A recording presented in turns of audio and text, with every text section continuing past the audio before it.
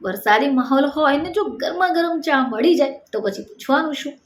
હવે આવામાં જો તમારે મસાલાદાર કડક ચા પીવી હોય તો તમે કઈ રીતે બનાવશો? નમસ્કાર દર્શક મિત્રો, ખબર છે .com પરથી હું દ્રષ્ટિ આપ સૌનું સ્વાગત કરું છું. દર્શક મિત્રો, ચા કોને ન ભાવે?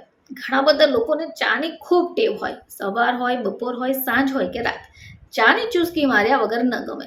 હવે એમાં પણ આવું વાતાવરણ, વરસાદી માહોલ હોય ને જો ગરમા ગરમ ચા મળી જાય તો પછી પૂછવાનું શું. હવે આવામાં જો તમારે મસાલાદાર કડક ચા પીવી હોય તો તમે કઈ રીતે બનાવશો?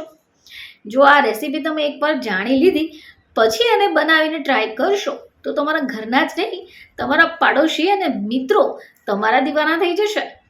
આજે આપણે જાણીશું કે મસાલાદાર ચા કઈ રીતે બનાવી શકાય. તો વરસાદમાં આ ખાસ રેસીપી ટ્રાય કરવા જેવી ખરી.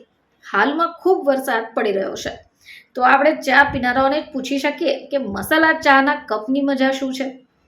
હવે વરસાદની મજા માણવાની આ મોસમમાં ખાસ મસાલા ચા બનાવવાની રેસીપી જાણવી પણ જરૂરી છે.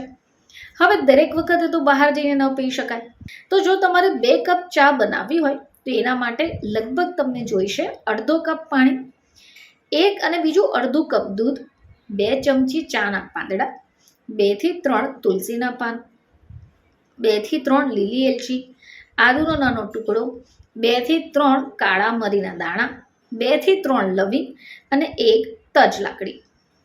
તો સૌથી પહેલાં એક તપેલી લઈ એની અંદર અડધો કપ પાણી નાખીને એને ઉકળવા દો. હવે આ ઉકળતા પાણીમાં તુલસીના પાન, લવિંગ, તજ અને લીલી એલચી ઉમેરી દો. હવે તમારે આદુને બારીક પીસીને અંદર ઉમેરી દેવાનું છે. બાદમાં કાળા મરીને બારીક પીસીને એની અંદર એડ કરી દો. હવે તમારે ગેસને પણ ધીમી ફ્લેમ પર જ રાખવાનું છે. જો આપણે ફાસ્ટ ગેસે કરીશું તો એ મજા નહીં આવે.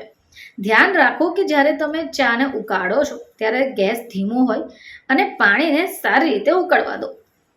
હવે આ પાણી ઉકળી જાય એટલે એની અંદર ચાની પત્તીને એડ કરી દો અને એને ફરીથી ઉકળવા દો.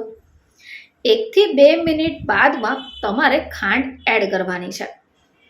હવે ખાંડ ઉમેરી દીધી, થોડી વાર રાહ જોઈ બાદમાં દૂધ ઉમેરી દો. એકવાર દૂધ ઉમેર્યા બાદ તે ઉકળવા લાગે એટલે ગેસને ધીમો કરી દો. 2 થી 3 મિનિટ સુધી આ મિશ્રણને ચડવા દો. બસ, તમારી ચા તૈયાર છે. ચોમાસાની આ સિઝનમાં જો આ રીતે તમે મસાલાદાર ચા બનાવશો તો ઘરના તો વખાણ કરશે જ, સાથે બહારના સગા સંબંધી મિત્રો પણ વખાણ કરશે.